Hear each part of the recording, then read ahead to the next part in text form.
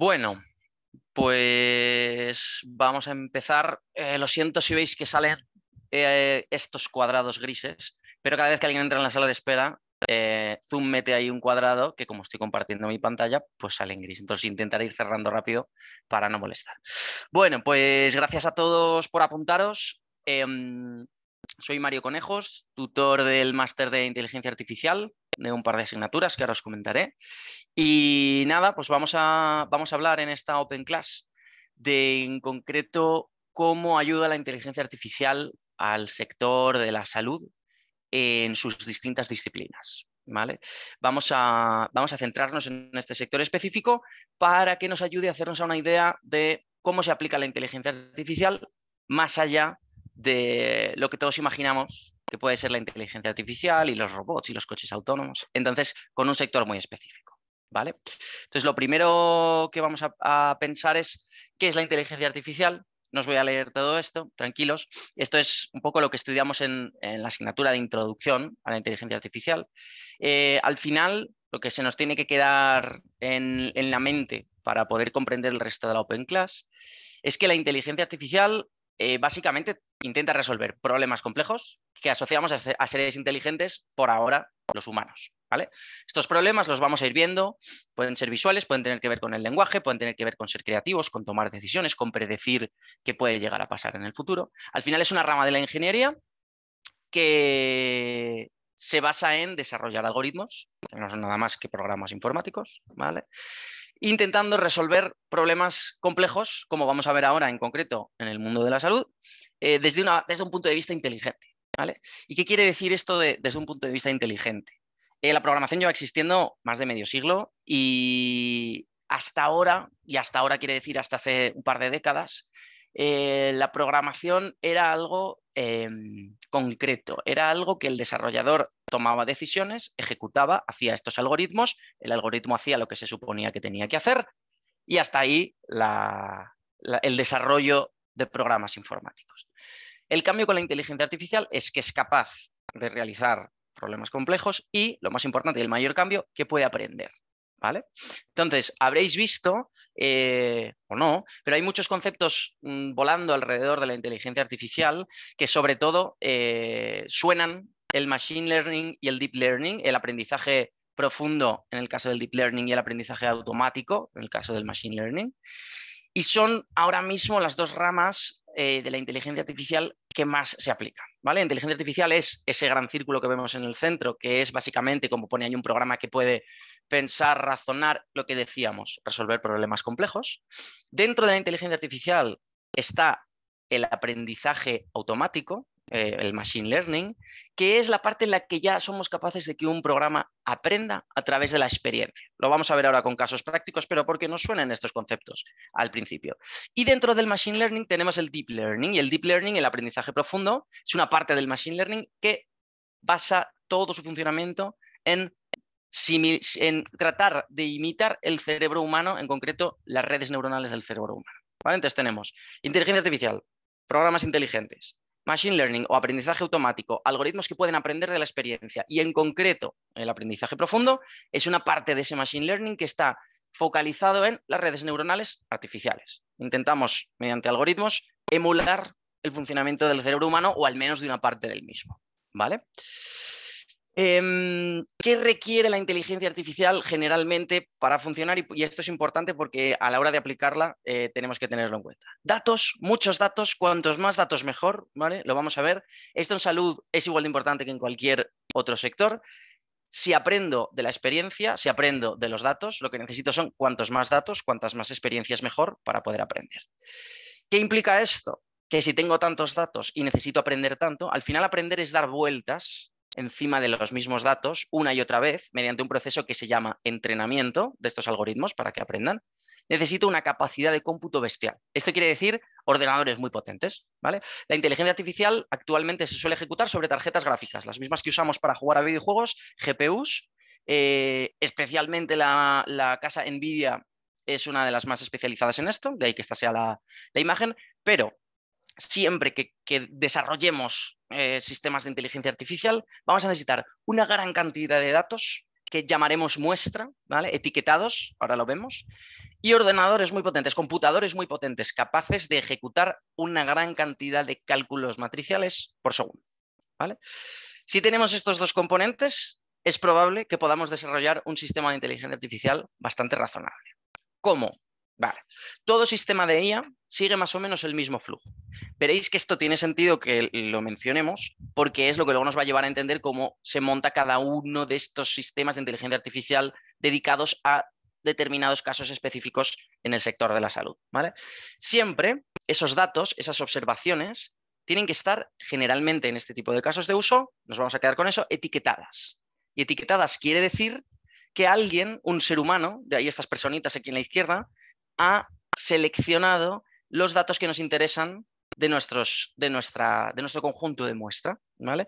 Por ejemplo, si queremos saber si un banco le va a dar un préstamo a una persona o no, lo que vamos a necesitar es el histórico de ese banco con todos los clientes que ha podido tener y la etiqueta será ¿le dio préstamo? ¿No le dio préstamo? ¿Le dio préstamo? ¿No le dio préstamo? ¿Vale?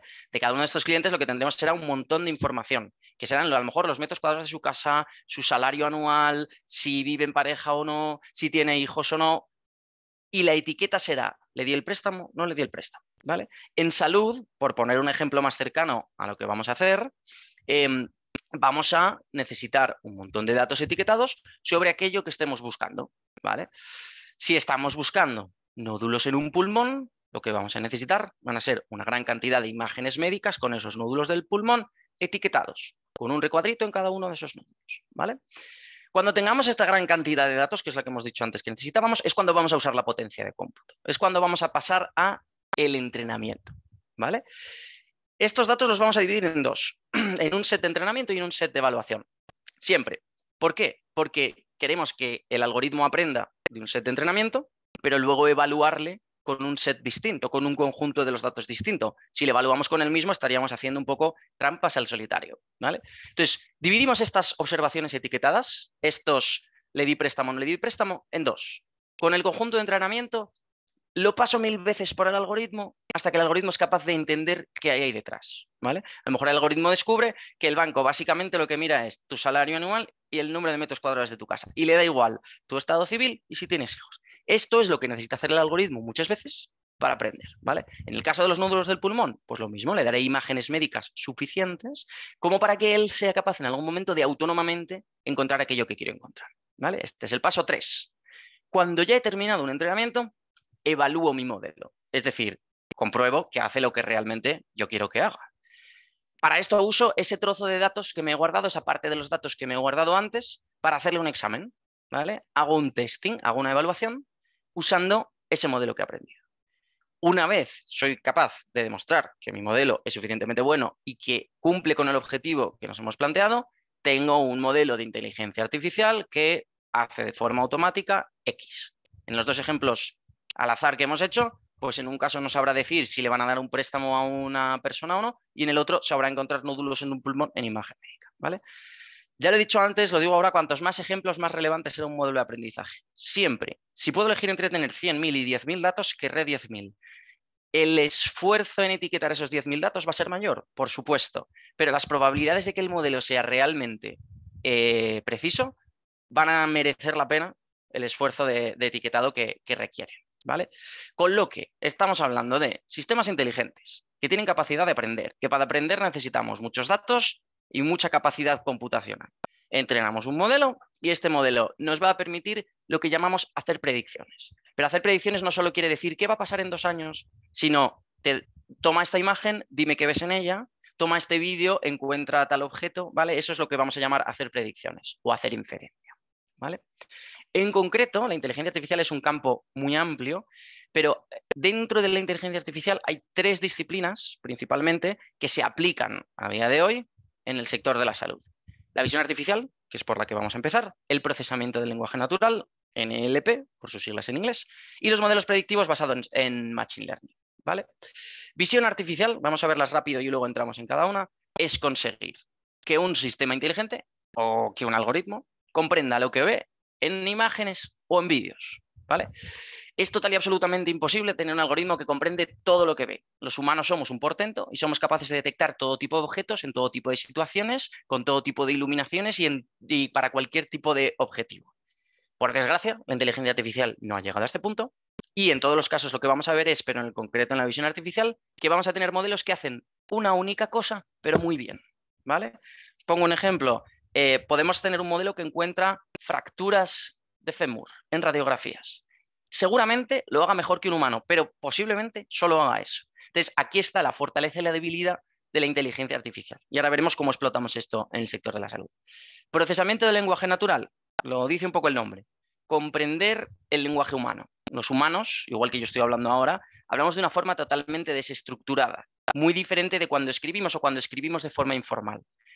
Conseguir tener modelos de inteligencia artificial que entienden texto libre, humanos escribiendo o humanos hablando, sin una estructura muy definida, puede ayudarnos en muchos casos en la salud. Y vamos a ver unos cuantos. Y los modelos predictivos basados en aprendizaje automático, que ya sí son eso que decía de qué va a pasar en un año, qué va a pasar en 2 años o qué va a pasar con este paciente si tiene estas características o estas otras. Vamos a ver cada una de estas disciplinas por separado y vamos a ver ejemplos para que os hagáis a la idea de todo el potencial que tiene la inteligencia artificial, en concreto en la salud, y que todavía solo hemos empezado a rascar la superficie. Vamos a ver una serie de ejemplos bastante representativos, ¿vale? Y luego, cuando terminemos, pues podéis hacer todas las preguntas, dudas o tener todas las ideas que queráis. Vamos a empezar con la visión artificial. Esto no es salud, esto es para que os hagáis una idea de cómo se suele usar la visión artificial fuera de la salud. Ahora entramos en salud, pero la visión artificial, hemos dicho, es comprender imágenes y vídeos, ¿vale?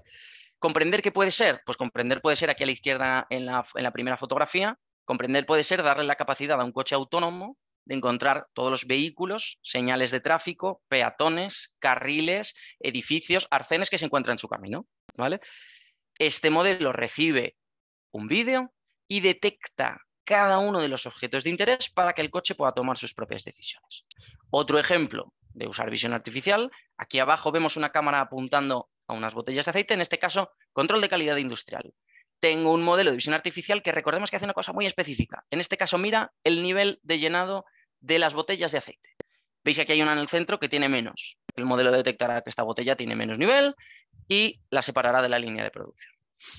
La siguiente imagen grande, que son las personas saltando haciendo deporte. Esto es algo que se llama, y vamos a ver luego, estimación de pose humana. Como veis, básicamente es un algoritmo que a base de una imagen o un vídeo es capaz de encontrar las extremidades y articulaciones de un ser humano, que ya veréis que luego nos pueden ayudar mucho, en concreto en la salud, en temas de rehabilitación y de ergonomía, ¿vale? Y abajo vemos otro ejemplo. Estos son ejemplos de entre los miles que a lo mejor yo podría haber elegido, ¿vale? Que esto es en una tienda, son unos robots que van pasando por los pasillos de las tiendas y hacen un inventariado automático. Detectan cada uno de los objetos, que veis que están ahí recuadrados con cajitas, y en este caso te está diciendo que hay 7 pantalones de un tipo, 8 pantalones de un tipo, 5 pantalones de otro tipo, que está detectando que cuando hay falta de algún producto, el modelo lanza un aviso a la persona encargada de reponer el producto y el producto se repone. Ejemplo solo para que empecemos a entender, vale, dentro de la inteligencia artificial tenemos la visión artificial que va de ver, que va de comprender lo que veo, porque ver es fácil, es darle una imagen a un vídeo y que entienda qué hay dentro de ella, ¿vale? Vamos a ver entonces ejemplos de cómo se aplica la visión artificial en el sector de la salud. Lo vamos a ver en tres bloques, en 3 casos de uso principales. El primero, que es el que más ejemplos vamos a ver, es el de soporte al diagnóstico en imagen médica. Y es importante la idea de soporte al diagnóstico, porque no vamos a diagnosticar, nunca. Nunca vamos a intentar saltar al personal sanitario y tomar decisiones porque la inteligencia artificial no está en este punto a día de hoy, en cuanto a imagen médica, ¿vale? Lo que sí hacemos es soporte al diagnóstico, es hacer un cribado, ayudar a encontrar cosas que a lo mejor no se encontrarían, es decir, facilitar el trabajo del personal sanitario en cualquier tipo de imagen médica. Aquí solo hay algunas, hay muchos más tipos de imagen médica, pero aquí hay algunas más conocidas, ¿vale? Que podemos hacer un modelo de visión artificial que encuentre determinados elementos para tomar determinadas decisiones. Ahora lo vemos. El segundo bloque que vamos a ver, un poco más corto, es análisis de movimiento. Lo que hemos visto en la imagen anterior, que es estimación de pose humana y cómo podemos aplicar esto para prevenir lesiones y para hacer rehabilitación remota. Y por último, vamos a ver cómo podemos aplicar visión artificial a una herramienta de soporte a cirugías en tiempo real. Es decir, durante una intervención quirúrgica, aportar información extra al cirujano que esté ejecutándola para que su trabajo sea más fácil, más rápido, más efectivo, ¿de acuerdo? Imagen médica. Esta es bastante directa. Retinopatía diabética y Alzheimer en fondo del ojo. Bien, esto que estáis viendo aquí son fotografías del fondo del ojo. Es una imagen a color, ¿vale? Que se hace del fondo del ojo de las personas. Generalmente esta es una prueba que se hace a los pacientes con diabetes para detectar lesiones en el fondo del ojo que a veces se producen con una enfermedad de larga duración de diabetes en función de ciertos factores genéticos y de control de la enfermedad. Esto a nuestro modelo le da igual, esto es puro contexto. El modelo lo que hace es tratar de determinar si hay lesiones en el ojo para ayudar al oftalmólogo a decidir si tiene o no que evaluar una imagen. Actualmente más del 10% de la población mundial padece de algún tipo de diabetes. No hay oftalmólogos suficientes y no tienen tiempo suficiente de ver todas las imágenes de todos los seres humanos del mundo que deberían ver. Hay muchas iniciativas, porque además hay muchas, que están tratando de facilitar este trabajo haciendo un cribado previo. Si el modelo tiene 100% seguro que este ojo está sano, que es el caso del de la izquierda, ese ojo no es necesario revisarlo. Si el modelo tiene la más mínima duda de que este ojo puede no estar sano, entonces este ojo hay que revisarlo. La decisión final de que alguien tiene retinopatía diabética no va a ser del algoritmo, va a ser un cribado solo en el caso de que estoy 100% seguro de que este ojo está sano. ¿Vale? Hay veces que esto se le da la vuelta, lo iremos viendo, pero en este caso estas aplicaciones funcionan así. ¿Cómo hemos entrenado este modelo? Pues estas etiquetas que veis aquí, estas cajitas de color verde, son las que genera el modelo automáticamente, pero para llegar a ello antes le hemos tenido que pedir a uno o más bien varios oftalmólogos que hagan este esfuerzo de enseñar al algoritmo. Una vez el algoritmo aprende, ya está, lo tenemos. Es capaz de encontrar lesiones en fondo de ojo y de alertar, atención, tenemos que mirar este ojo. Pero vamos a tener que hacer ese proceso, recordemos, de tener muchos datos, y por muchos hablamos de centenas, si no miles de imágenes, para ser capaces de tener un modelo lo suficientemente robusto. Recientemente hay una serie de grupos de investigación que han descubierto que en estas imágenes de fondo de ojo se puede detectar una acumulación de una proteína, de un péptido, que parece ser en ratones un indicador precoz de un futuro desarrollo de Alzheimer. ¿Vale? Aquí ya entramos en una parte de la inteligencia artificial que no es tan obvia. Esto no lo estamos viendo aquí porque es algo que no se ve a simple vista. Entonces, cuando tenemos un problema de visión artificial en el que a simple vista no vemos el problema, solo podemos confiar en el algoritmo. Os digo cómo lo hacen. Tiene una serie de ratones modificados genéticamente que saben positivamente que van a tener Alzheimer. Les hacen fotografías de fondo de ojo y a la red neuronal se le dice, este ratón va a tener Alzheimer, este no, este sí, este no, este sí, este no. Pero no son capaces de a simple vista hacer estos recuadros que sí se ven en las lesiones de una retinopatía diabética. Entonces, es una vuelta un poco más allá. Esto es mucho más reciente, lo de la retinopatía diabética ya tiene sus años, que trata de encontrar cosas que los humanos no vemos, pero que sabemos que van a estar. Tratan de encontrar relaciones entre, en este caso, pruebas diagnósticas que son imagen en este caso de fondo de ojo, con futuras patologías. ¿Vale? Los resultados en ratones están siendo prometedores. Como siempre, el salto de ratones a humanos, pues habrá que verlo, habrá que hacerlo y ver si se cumple. ¿De acuerdo? Voy a pasar porque si no, más soporte al diagnóstico. En este caso, neumonía en radiografías. Os podéis imaginar que a raíz de esta pandemia que hace ya 2 años que llevamos viviendo, hubo una explosión, pero una explosión que no puede haber a lo mejor 30, 40, 50 artículos de grupos de investigación que se dedicaron a soportar el diagnóstico de neumonías en radiografías. Tenía su sentido, los sistemas de salud estaban colapsados. Era exactamente lo mismo, es un cribado. Este pulmón está perfecto, a este señor lo mandamos a casa, o a ver, a lo mejor aquí pasa algo, vamos a ver que un radiólogo, que un neumólogo analice esta imagen y tome una decisión. Esto que estáis viendo aquí, si os fijáis, ya no son cajitas, ya es un poco más complicado. Esto es algo que se llama segmentación, porque básicamente lo que hace es segmentar el área de objetos de interés, que en este caso los objetos de interés son partes del pulmón que no se ven negras, ¿vale? Esto es lo que estáis viendo en 3 fases. En el centro está la radiografía original, a la izquierda es la primera etapa de esta red neuronal, que lo que hace es decir, parece que por aquí hay algo, y a la derecha lo que veis es, y aunque suene así, la excitación de las neuronas de la red neuronal ante posibles signos de neumonía. ¿vale? Es un mapa de calor. Es dónde cree la red neuronal que está peor la cosa, ¿no? Al final, a partir de un cierto umbral, esta radiografía se considera hay que revisar o esta radiografía se considera que no hay nada de lo que preocuparse y nos ahorramos que alguien tenga que revisarla. Lo más complejo en estos sistemas, tanto en el anterior como en este, es la certificación, la validación de que el sistema es tan preciso que no vamos a mandar a casa a alguien con una neumonía porque el algoritmo falla. Entonces ya no solo necesitamos una gran cantidad de datos para el entrenamiento, necesitamos casi la misma cantidad de datos para la evaluación, de tal forma que nuestro modelo esté total y absolutamente seguro de lo que dice, al menos en el caso de decir que alguien se puede ir a casa, porque si se equivoca, se la está jugando, ¿vale? Más ejemplos, y aquí ya vamos a empezar a hablar de visión dinámica. Visión dinámica es relacionada con los vídeos. Las dos anteriores que hemos visto son imágenes, en un caso rayos X, en otro caso imagen de fondo de ojo. Aquí vamos a hablar de vídeos. El vídeo no lo voy a poner porque sabéis lo que pasa cuando uno pone vídeos en un PowerPoint. Luego tengo un par de GIFs, pero por ahora vamos a ver esto. Análisis de fertilidad.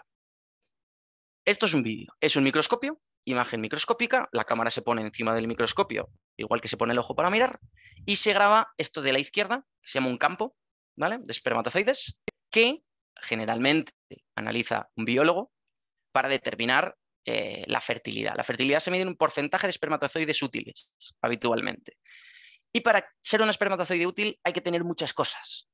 Tienes que tener la morfología correcta. Morfología quiere decir forma, quiere decir que tienes que tener una cabeza, una cola, y tienes que tener solo una cabeza, solo una cola. No puedes tener gotas en el medio de esa cola porque quiere decir que eres un espermatozoide inmaduro. No puedes tener la cola redondeada sobre sí misma, que se llaman colas en ovillo, colas en látigo. Tienes que tener la forma correcta. Pero no solo eso, tienes que moverte hacia adelante, aunque sea un movimiento ondulado y con una velocidad suficiente, ¿vale? Entonces os podéis imaginar que esto es una gran cantidad de tiempo que dedica un biólogo en un laboratorio mirando una muestra de esperma para definir si esto es fértil, si no es fértil, el porcentaje de espermatozoides útiles. ¿Cómo solucionamos esto con visión artificial? Pues aplicando, por un lado, clasificación. Clasificación que es lo mismo cuando decíamos este ojo es bueno, este ojo es malo, este ratón va a tener el cine, este no. Este espermatozoide tiene la forma correcta, este no. Y si no, ¿por qué? Porque no tiene cola, porque tiene dos cabezas, por lo que sea. Y luego le voy a seguir a lo largo del vídeo en algo que se llama tracking, seguimiento de objetos. Y esto es lo que veis a la derecha. Todas las trayectorias de todos los espermatozoides para definir los espermatozoides que se mueven correctamente o no. Con flechas blancas están señaladas algunas, no todas, de las trayectorias incorrectas. Digamos, son espermatozoides que giran sobre sí mismos y que por tanto no van a ningún sitio y son más bien poco fértiles. Haciendo un recuento de todos los espermatozoides que tienen la forma correcta, que se mueven hacia adelante, que se dice progresivos y que tienen una velocidad suficiente, decimos, vale, estos son los útiles que del total, pues tenemos un porcentaje, ¿vale? ¿Cómo se entrena este modelo? Pues sin ninguna sorpresa, con muchos vídeos, muchos campos de estos de espermatozoides etiquetados por un biólogo o por un técnico de laboratorio, que señala, este es bueno, este es malo, este es bueno, este es malo, este es bueno, este es malo, este es muy rápido, este es muy despacio, ¿vale? Este es el único contratiempo que tiene actualmente la inteligencia artificial. Aprende de nosotros. Tenemos que hacer el esfuerzo de enseñarla, ¿vale? Más, esta es todavía más directa de ver. Imagen tomada con un teléfono móvil, ¿vale? De nuevo, surgió de la pandemia, esto es una aplicación que a día de hoy existe en Estados Unidos, que trataba de aliviar la carga en la parte de dermatología, ¿vale? Alguien que sufre de una lesión en la piel, se hace una foto a 10 centímetros de la zona afectada, se le hacen una serie de preguntas que alimentan al modelo a la hora de tomar una decisión y el modelo clasifica la lesión en posiblemente esto es, pues en este caso dice posiblemente es un molluscum contagiosum. Esto es muy parecido a estas aplicaciones de plantas, que ahora hay muchas, en las que tú le haces una foto a una planta y te dice esta planta es de esta especie, solo que en este caso es con lesiones de piel. ¿Cómo se ha entrenado esto? Pues como os podéis imaginar, 1000 fotos de tal tipo de lesión, otras 1000 fotos de este tipo de lesión, otras 1000 fotos de este tipo de lesión. Entreno un modelo y una vez entrenado soy capaz de clasificar fotografías de gente que desde su casa se hace una fotografía y trato de decirle cuál es la lesión que tiene, ¿vale? Más cosas. Ya pasamos, ya esto ya no es imagen médica, ¿vale? Esto es visión artificial aplicada en este caso a rehabilitación remota, ¿vale? Análisis del movimiento. Yo necesito que un paciente haga un ejercicio con una cierta disposición corporal. Bien, pues hay modelos de estimación de pose en 3D que con un vídeo grabado con un móvil son capaces de estimar en 3 dimensiones, que es lo que estáis viendo en las 2 cuadrículas, ¿vale? Espero, las extremidades y, lo más importante, la posición relativa entre todas ellas y sus ángulos. Esto se utiliza también mucho en industria para temas de ergonomía, para temas de prevención de riesgos laborales, pero en este caso en salud se usa para... De nuevo, esto sale de la pandemia, es decir, la inteligencia artificial ha tenido un gran boom a partir de la pandemia porque nos ha permitido hacer telemedicina. Y en este caso no es tanto telemedicina, sino que el paciente pueda asegurarse de que está haciendo el ejercicio tal y como se le ha mandado. Aquí estáis viendo ejercicios que no manda habitualmente un fisioterapeuta para una rehabilitación, pero son el ejemplo del algoritmo que luego te puede hacer recomendaciones sobre cómo mejorar, cómo te dicen los brazos no están bien colocados, no estás bajando suficientemente las rodillas, lo que sea. Esto se aplica mucho también a deportes para analizar los movimientos de los tenistas, cuántos saltan, la rotación del cuerpo, si este nuevo saque que tiene le flexiona más las rodillas al caer, y todo está muy relacionado con este análisis del movimiento, ¿vale? Y por último, habíamos comentado un tema de soporte quirúrgico, de ayudar a un cirujano mientras está haciendo una intervención, ¿vale? Esto es ya más complicado, porque ya tenemos que mezclar en tiempo real una imagen que se está tomando durante la operación y ya no solo detectar el hígado y decirle, aquí está el hígado, sino decirle, aquí es exactamente donde tenemos que ejecutar la acción que sea, ¿vale?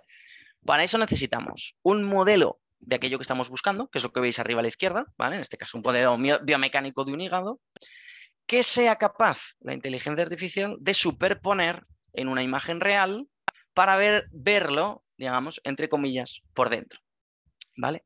Este es un ejemplo de imagen endoscópica, ¿vale? En el que abajo vemos cómo se superpone el modelo teórico biomecánico de un hígado gracias a un modelo de segmentación de objetos, que es algo que hemos mencionado antes, que era ser capaz de delimitar todo el área de un objeto en vez de solo dibujar una cajita, pero además aquí le damos contenido extra, que es el interior, podríamos decir, ¿no? Las estructuras internas que interesan para la intervención que se esté haciendo en 3 dimensiones, para así ayudar al cirujano que está haciendo esta operación.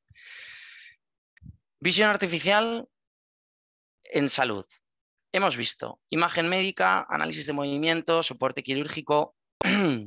Se puede hacer prácticamente todo lo que a día de hoy sea un personal sanitario observando algo con sus ojos, esto en visión, y tomando decisiones al respecto. Hemos visto solo algunos de los ejemplos poco representativos, un poco variados, para que veáis que al final es cuestión de tener la imagen o el vídeo, en el caso de una endoscopia, que necesitamos procesar, alguien con el conocimiento necesario como para entrenar a nuestro algoritmo, porque nuestro algoritmo empieza en blanco, no sabe nada y le tenemos que enseñar. Y ese aprendizaje tiene que partir de la gente que sabe.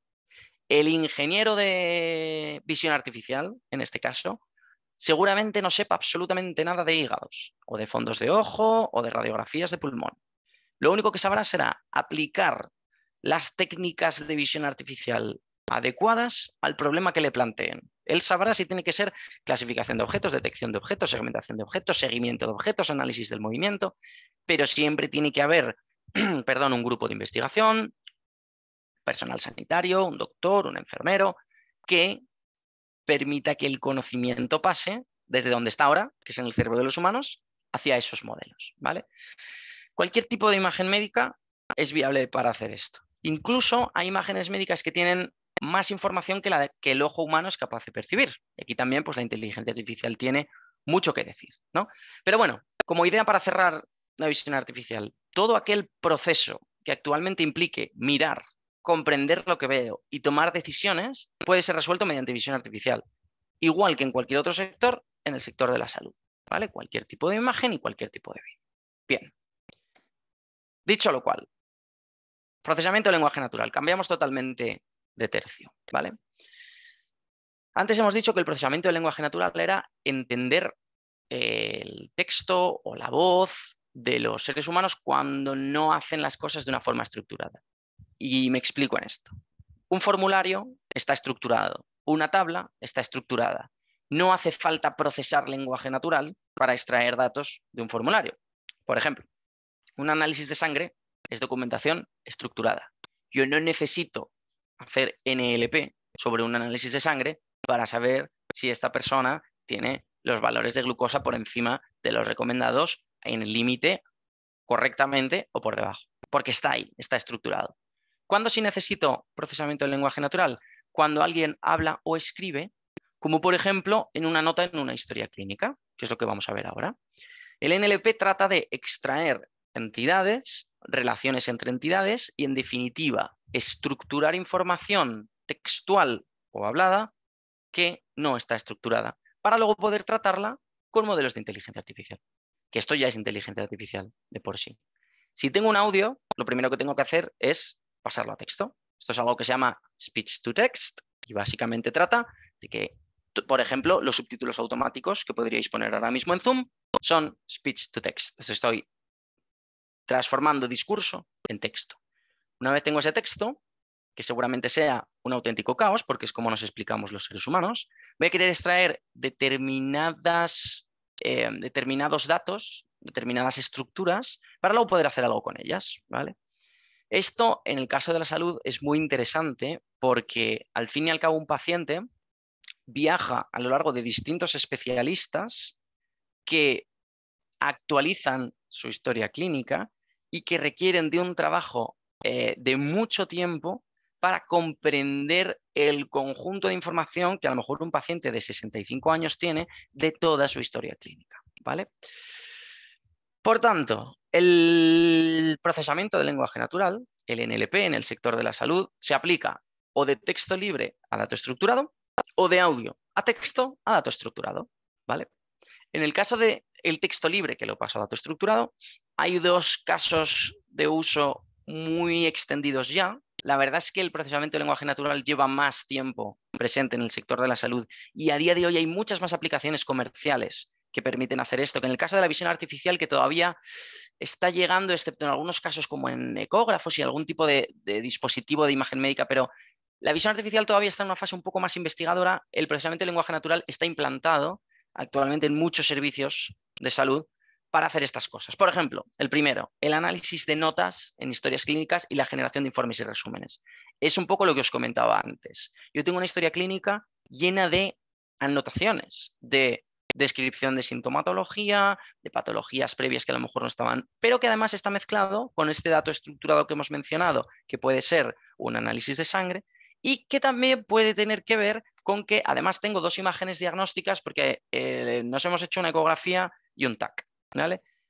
Para que todo esto se compile en un informe y en un resumen, tenemos que comprender todas esas anotaciones de todos esos médicos y ser capaces de llegar a un resumen sobre esa persona que nos aporta información. Ahora lo vemos.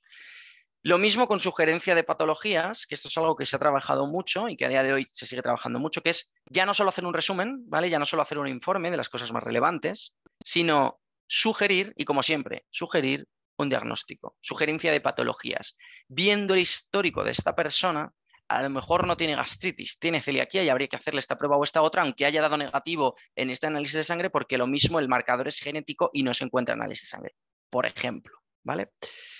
Y por otro lado, usamos de audio a texto a dato estructurado para, sobre todo, facilitar la comunicación de los servicios de salud con los pacientes, ¿vale?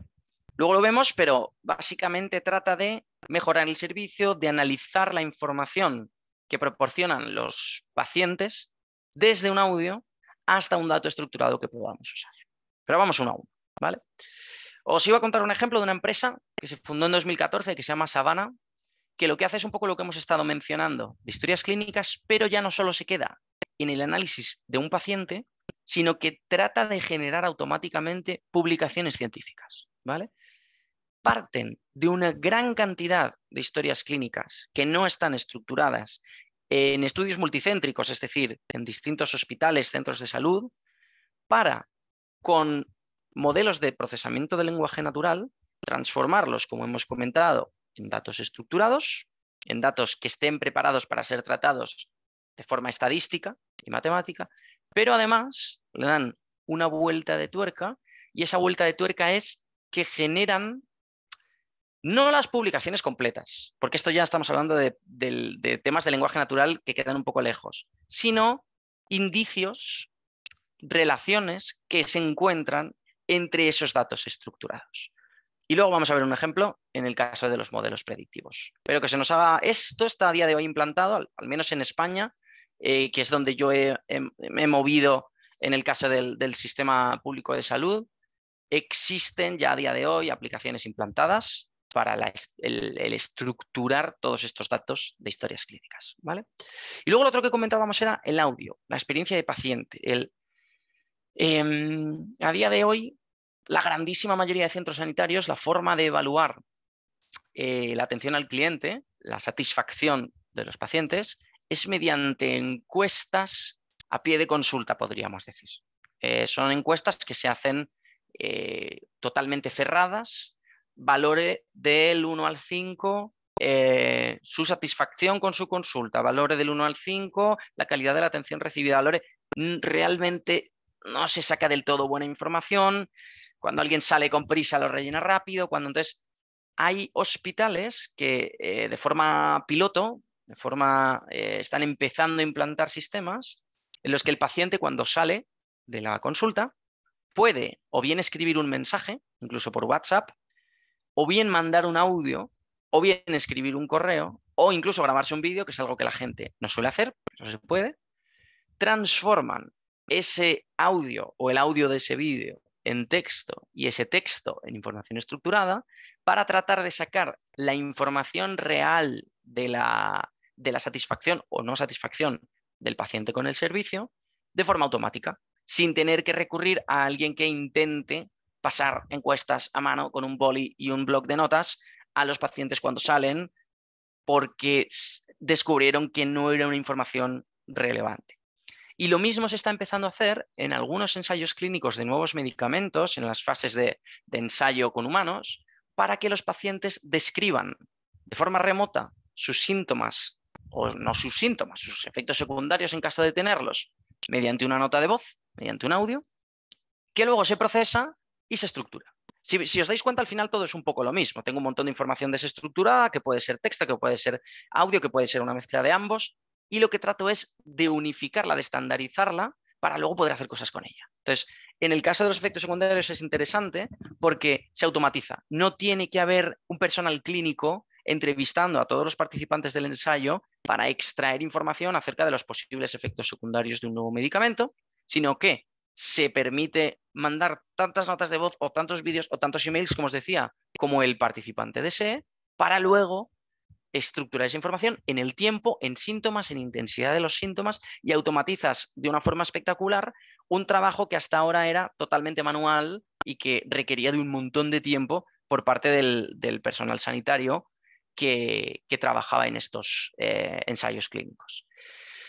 Es menos emocionante el procesamiento del lenguaje natural que la visión artificial, menos visual, obviamente, pero al final es una parte clave de la inteligencia artificial en el sector de la salud. Porque si bien la visión artificial sustituye el esfuerzo, el tiempo que tiene que emplear un doctor en determinar si una determinada imagen médica tiene o no síntomas, o sea, signos de una posible patología, eso ya es algo que se está haciendo. Lo único que estamos haciendo es, pues lo que os contaba antes, no hay oftalmólogos en el mundo para mirar todas las fotografías de fondo de ojo que realmente se deberían estar tomando a día de hoy.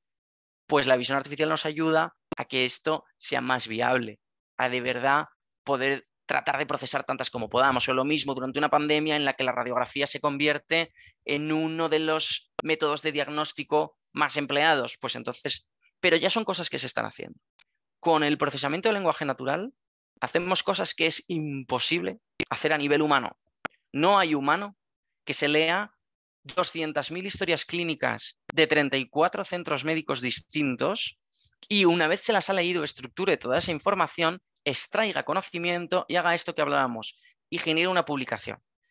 Nos permiten acceder a una cantidad de datos que como los estructuramos los podemos tratar estadísticamente, que hasta ahora era totalmente imposible. Con lo que el salto de calidad que implica el procesamiento del lenguaje natural es realmente el procesar todos los datos que teníamos que antes estaban parados, esperando a ver si alguien hacía algo con ellos. En el caso de la visión artificial, la grandísima mayoría de casos son automatización de procesos que se hacen actualmente de forma manual, de forma visual, para una mejora en la eficiencia.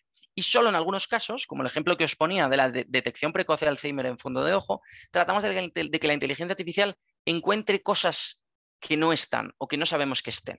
Pero esto todavía es un poquito incipiente. El día que de verdad consigamos que la visión artificial encuentre cosas que nosotros no vemos ahora mismo, se pondrá un poco a este nivel del procesamiento del lenguaje natural en el que permite extraer información que ahora no teníamos.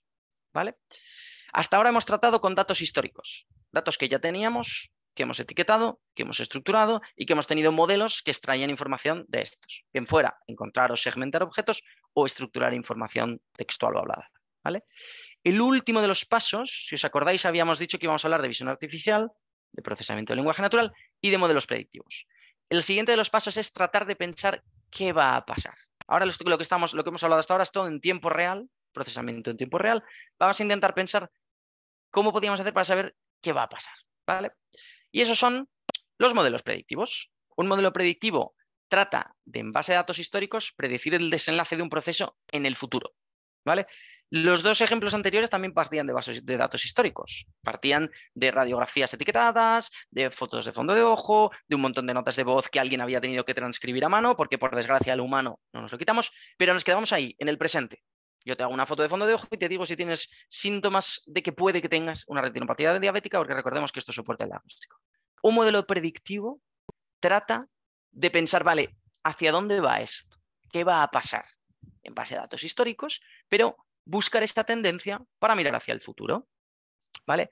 Tenemos aquí un ejemplo que nada tiene que ver con salud, pero que yo creo que ayuda a que nos hagamos a la idea de por dónde van los tiros, un modelo predictivo, que en este caso es un modelo predictivo que trata de estimar el precio de una vivienda en función de su tamaño. ¿Vale? Tiene datos históricos, que son los puntos azules, suficientes como para que si yo le pido un nuevo dato, es decir, si le digo mi casa tiene 800 metros cuadrados, él me diga, pues el rango de precio va a estar entre 4 y 6 millones, que es más o menos lo que dice este modelo.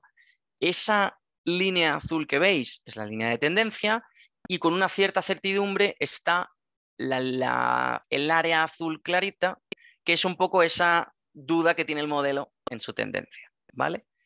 Esta lógica, que es coger datos históricos, analizarlos, tratar de encontrar la tendencia y mirar hacia el futuro, tiene muchas aplicaciones en el mundo de la salud.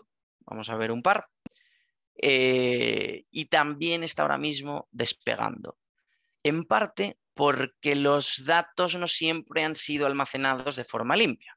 Y eso antes no lo hemos dicho, pero es importante. Necesito muchos datos, necesito gran capacidad de cómputo, pero necesito que esos datos sean usables y tratables. Y no hace tanto que en los sistemas de salud en el mundo los datos están estructurados correctamente. Digamos que puede que hace una década empezara, pero no hay tantos datos históricos hacia atrás porque no era el objetivo. Ahora que los tenemos, empezamos a poder hacer cosas como esto. Esto es un proyecto en el que yo en concreto he trabajado, que trata de estimar la probabilidad de éxito de un tratamiento a un paciente oncológico, ¿vale? Una persona que actualmente tiene diagnosticado algún tipo de cáncer, que tiene una serie de posibles tratamientos, porque normalmente no solo hay una opción de tratamiento, y este modelo trata de recomendar el tratamiento con mayor tasa de éxito posible. ¿En base a qué? En base a una historia clínica que, sin ninguna sorpresa, se procesa, si veis aquí, con un módulo de procesamiento de lenguaje natural. ¿Para qué? Para estructurar la historia clínica, pasar de un dato no estructurado a un dato estructurado. Pero la magia de este proyecto es emplear cantidades ingentes de datos de cada uno de estos pacientes que es imposible tratar si no tratas con Machine Learning, como son el genotipado, ¿vale? Los genes de esta persona, el microRNA de esta persona y el metaboloma, ¿vale?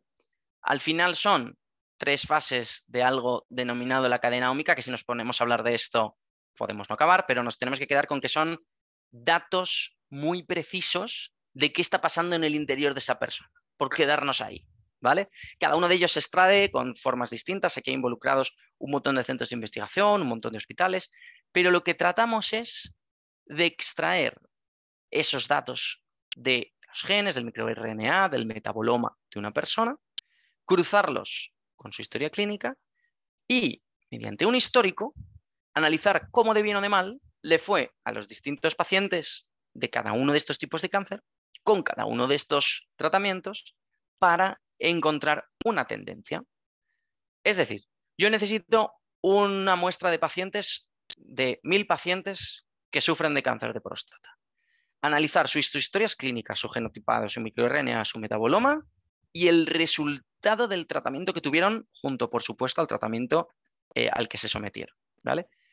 ¿Para qué? Para encontrar una tendencia. Para que cuando yo tenga un modelo suficientemente entrenado, el paciente 1001 tendrá su historia clínica, sus genes, su microRNA, su metaboloma, y el modelo sea capaz de decir, con un 80% de certeza, el tratamiento que más tasa de éxito tiene es inmunoterapia, es quimioterapia, es cosa que hasta ahora se ha intentado hacer mediante métodos estadísticos tradicionales, que si bien han dado resultados muy buenos en algunos tipos de cáncer, hay otros en los que no se ha encontrado del todo esta tecla para encontrar la relación entre las características del paciente y el tratamiento, ¿vale? Esto es un modelo predictivo, porque lo que trata de decir es qué va a pasar con este paciente si hago A, si hago B, si hago C, si le aplico tal tratamiento, tal otro y tal otro. De nuevo necesitamos lo mismo, una gran cantidad de datos, una gran capacidad de cómputo, pero aquí ya estamos mirando hacia el futuro. Estamos haciendo esto que veíamos antes de tratar de pintar esa línea de tendencia, ¿vale? Otro ejemplo, de nuevo relacionado con la pandemia. Sé que no se ve del todo bien, pero este es el resultado del paper y yo os lo pongo aquí y ahora lo vemos. Esto es un modelo de Machine Learning que se generó en 2020, que trataba y tuvo bastante éxito de estimar el riesgo de fallecimiento de un paciente que tenía COVID-19 en función de una serie de características. Esto que estáis viendo aquí se llama un árbol de decisión, que es algo que seguramente todos hayáis visto, pero es un árbol de decisión que ha generado un modelo de Machine Learning, es decir, automáticamente. En este caso, lo que hicieron fue elegir una serie de características de cada uno de estos pacientes, ¿vale? Vemos aquí que tenemos, es que no sé si llegáis a verlo, pero esta primera caja es una edad, ¿vale? Que dice que si la persona tiene más de 65 años, se va hacia la izquierda, si la persona tiene menos de 65 años, se va a la derecha. La barra roja es la probabilidad de fallecer y la barra azul es la probabilidad de supervivencia, ¿de acuerdo? Si os fijáis, si nos vamos hacia la derecha, que es cuando alguien tiene menos de 65 años, la probabilidad de supervivencia es prácticamente del 100%, ¿vale? Pero el modelo encontró que si esa persona tiene diabetes mellitus, aumenta un poco esa probabilidad de fallecimiento. Dentro de esto se abre otro árbol de decisión, que lo que pasa es que no cabe aquí, que entra en el control de esta diabetes mellitus, en las patologías derivadas de esta diabetes mellitus, en las complicaciones. Pero bueno, este es el árbol de decisión general que llega a esta conclusión por sí solo. Con 10.000 pacientes de un hospital del Reino Unido que tuvieron COVID, llega a estas conclusiones, a este árbol de decisión. Hacia la izquierda dice, si tienes más de 65 años, vamos a tener que ver la saturación de oxígeno. Si saturas por debajo de 88, me voy a la izquierda. Cuidado, que estoy empezando a que la barra roja se está poniendo bastante más grande que el azul. Y si encima el valor de lactato es inferior al 0,5, prácticamente todo indica a que este paciente fallece. Si ese valor de lactato es superior a ese 0,5, parece que tiene más probabilidades de supervivencia. Pues este árbol de decisión, que no vamos a ver entero, como estará en la presentación, lo podéis porque es bastante interesante, lo podéis analizar, se genera de forma automática gracias a una grandísima cantidad de datos etiquetados que son las características del paciente, que en este caso son la edad, la saturación de oxígeno en el momento de la admisión, si tiene diabetes tipo 1, si tiene dolor en el pecho, si tiene disnea, si tiene lactato por debajo o por encima de 0,5, que es exactamente lo mismo que al principio del todo hemos comentado con si a una persona le van a dar un préstamo o no. Si esta persona, su casa tiene tantos metros cuadrados, está casada, tiene hijos. Es decir, estos modelos valen para todo. Hemos usado el sector de la salud como ejemplo para hacernos una idea de lo que podemos hacer con ellos y siempre necesitan lo mismo. ¿Os habéis dado cuenta que los casos de uso no tienen prácticamente nada que ver entre ellos? Y sin embargo, todos tienen una cierta similitud. Todos tienen muchos datos etiquetados que entreno, que tengo un modelo y entonces este modelo procesa datos nuevos y trata de inferir, de predecir cosas sobre imágenes, sobre textos o sobre datos. ¿Vale? El último ejemplo que os voy a contar es, bueno, al final esto es muy parecido, en este caso no es COVID, pero es lo mismo, es tratar de encontrar clústeres de pacientes en función de una serie de variables en las que yo pueda decidir dónde está un paciente y este modelo me genera unos grupos para decidir si este paciente sobrevive o no sobrevive, bueno, más bien las probabilidades que tiene de supervivencia. Y lo último que os voy a contar es modelos predictivos de nuevo aplicados, que todo como que se toca un poco, a esa enfermedad que hablábamos al principio que tiene más de un 10% de la población mundial, que es la diabetes. Actualmente hay sistemas ya comerciales que ya se están implantando que actúan decidiendo la cantidad de insulina que necesita un paciente en tiempo real. Con un sensor de glucosa se analiza la glucosa en cada momento, pero no se decide la insulina que necesita el paciente solo por la glucosa que tiene en ese momento, sino por la tendencia. Son modelos que son modelos predictivos, como los que estamos viendo, que tratan de estimar hacia dónde va a moverse la glucosa en sangre de un paciente para decidir si necesitan más o menos insulina.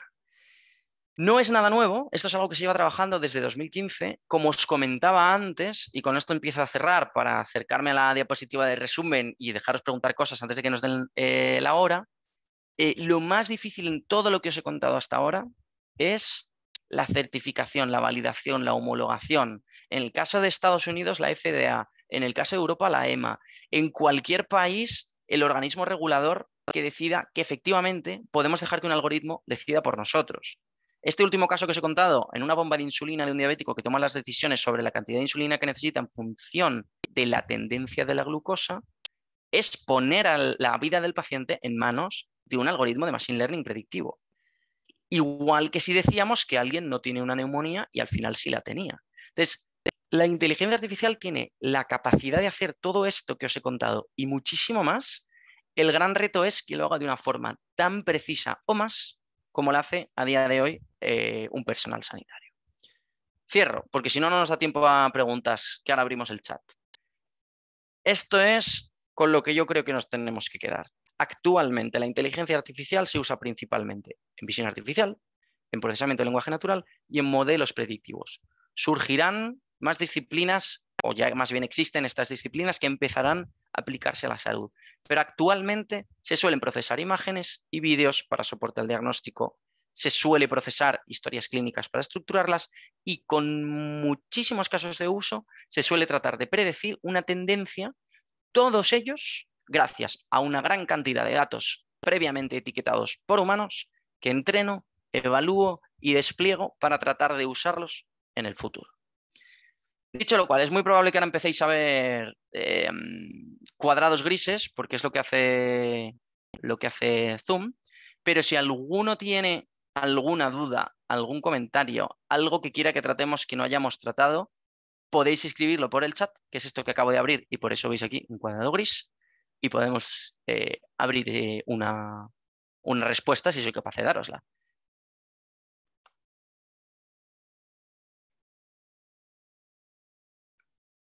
Yo espero. Y si dentro de un rato no tenemos preguntas, cerramos. Pero así tenemos un turno de comentarios, preguntas o lo que queráis.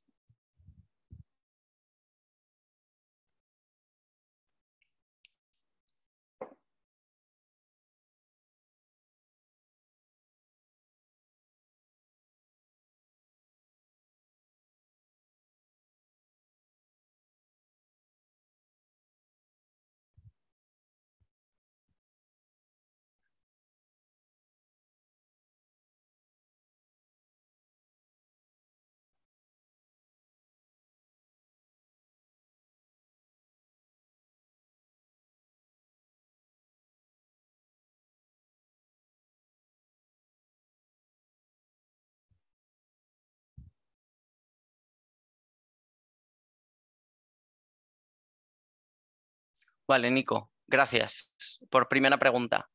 Sí, pregunta Nico si esto puede funcionar offline. Correcto, correcto. No es necesario que esto se despliegue en cloud, ¿vale? De hecho, lo más habitual es que el despliegue sea mixto.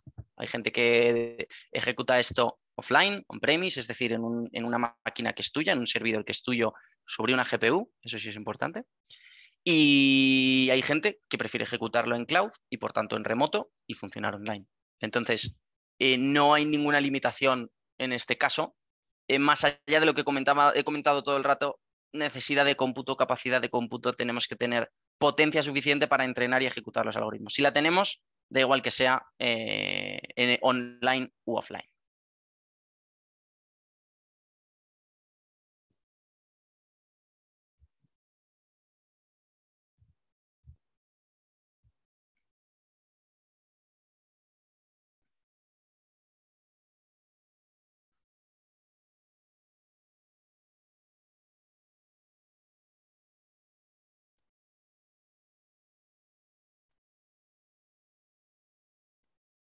De nada y gracias por las buenas palabras.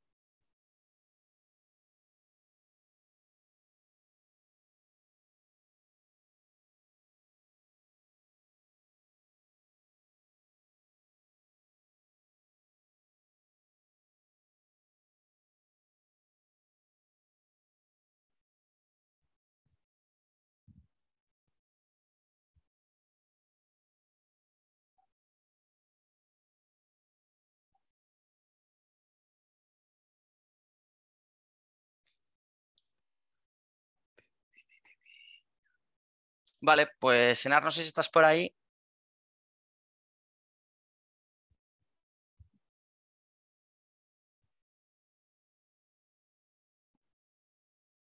No sé si está por ahí, pero no están llegando más preguntas, así que 3 minutos antes, pero sí, vale, que cuando quiera despedirme cierro, me dice, pues venga, pues perfecto.